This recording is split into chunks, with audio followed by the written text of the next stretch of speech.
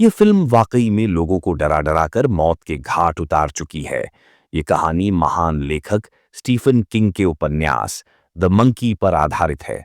तो कहानी की शुरुआत होती है एक खून से सने पायलट से, जो एक पुरानी एंटीक शॉप में घबराया सा घुसता है और काउंटर पर एक बंदर का खिलौना रखकर दुकानदार से पूछता है, क्या आप इसे खरीदना चाहेंगे? दुकानदार एक नजर डालता है और मना करने वाला ही होता है। साथ ही बताता है कि इस बंदर का हथौड़ा अटक गया है, जिससे इसका ड्रम ठीक से नहीं बजता।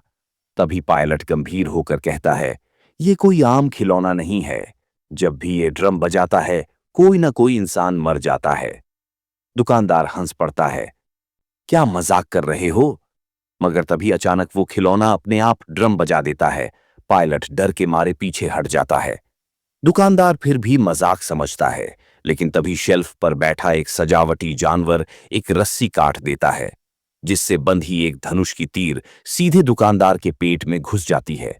और जैसे ही बंदर फिर से ड्रम बजाता है, वो तीर वापस अपनी जगह आ जाती है और साथ में दुकानदार की अंतड़ियां भी खींच लाती है। बंदर ने एक और की जान ले ली थी। अब गुस्से में पायलट उस बंदर को आग में जलाने की सोचता है।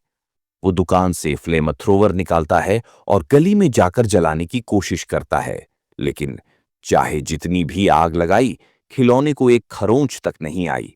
और उस रात के बाद पायलट गायब हो गया। अब उसकी पत्नी और दो जुड़वां बेटे अकेले रह गए। उनमें छोटा बेटा हर्ल चश्मा पहनता है और थोड़ा दब्बू है, जबकि बड़ा बेटा बिल उसे अक्सर तंग करता है। हर्ल कई बार सोचता है कि रात में उठकर बॉलिंग बॉल से अपने भाई को मार डाले, लेकिन ये बस उसकी कल्पना होती है। एक रात उन्हें अपने पिता की चीजों में एक खूबसूरत डिब्बा मिलता है, जिसमें वही खतरनाक बंदर बंद था। हर्ल जैसे ही बंदर उठाता है, बिल उसे छीन लेता है। बिल बंदर की चाबी घुमाता है। बंदर बस मुंह खोलकर हंसने लगता है। बिल को वो बोरिंग लगता है और वापस दे देता है। अगले दिन मां को कुछ जरूरी काम होता है, तो बच्चों को एक नौकरानी के साथ बाहर भेज देती है। जब वे कार में बैठते हैं, हर्ल देखता है कि बंदर पहले से ही सीट पर बैठा है। उसे लगता है शायद बिल ने रखा होगा और ज्यादा ध्यान नहीं देता। नौकरानी उन्हें एक जापानी रेस्टोरेंट ले जाती है, जहां वो खाना खाते हुए शेफ की शो देख रहे होते हैं। लेकिन तभी ड्राइवर सीट पर रखा बंदर फिर से ड्रम बजा देता है और तभी शेफ की छुरी फिसलती है और नौकरानी की गर्दन कट जाती है, सबके सामने। इस मौत से मां घबरा जाती है, लेकिन बच्चों को समझाती है कि जीवन क्षणिक है, इसलिए हर पल को जी भर के जियो। फ्यूनरल के बाद वो सब डांस करते हैं, मगर हर्ल को शक होता है कि ये सब बंदर की वजह से हुआ। रात में वो बंदर से पूछता है, क्या तुम ही हो जिसने हमारी नौकरानी को मारा? तभी बिल उसे देख लेता है और हंसने लगता है। क्या तुझे बंदर से प्यार हो गया? जा, उससे शादी कर ले। डर के मारे हर्ल कहता है, ठीक है, मैं बंदर से शादी करूंगा। अगले दिन स्कूल में बिल सबको बताता है कि हर्ल बंदर से प्यार करता है और फिर उसके ऊपर दर्जनों केले फेंक देता है। गुस्से में हर्ल बंदर से कहता है, अगर तू वाकई लोगों को मार सकता है, तो मेरे भाई को मार दे।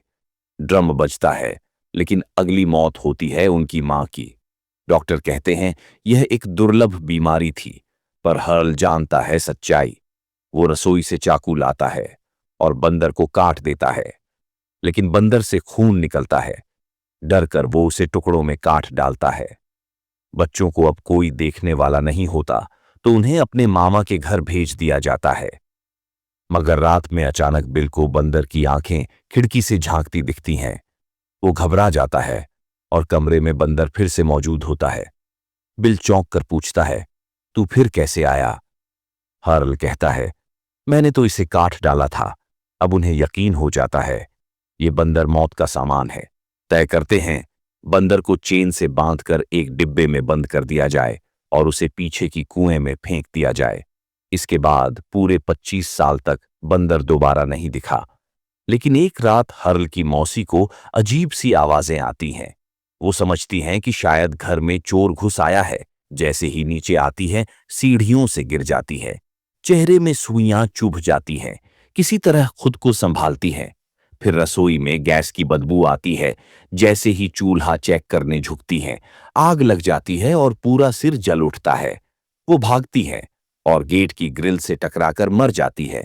उनके मरने के बाद उनके सामान की नीलामी होती है और एक लंबे बालों वाला लड़का उस बंदर को खरीद लेता है जो सालों पहले कुएं में डाला गया था। उधर हर्ल अब बड़ा हो चुका है, एक सुपरमार्केट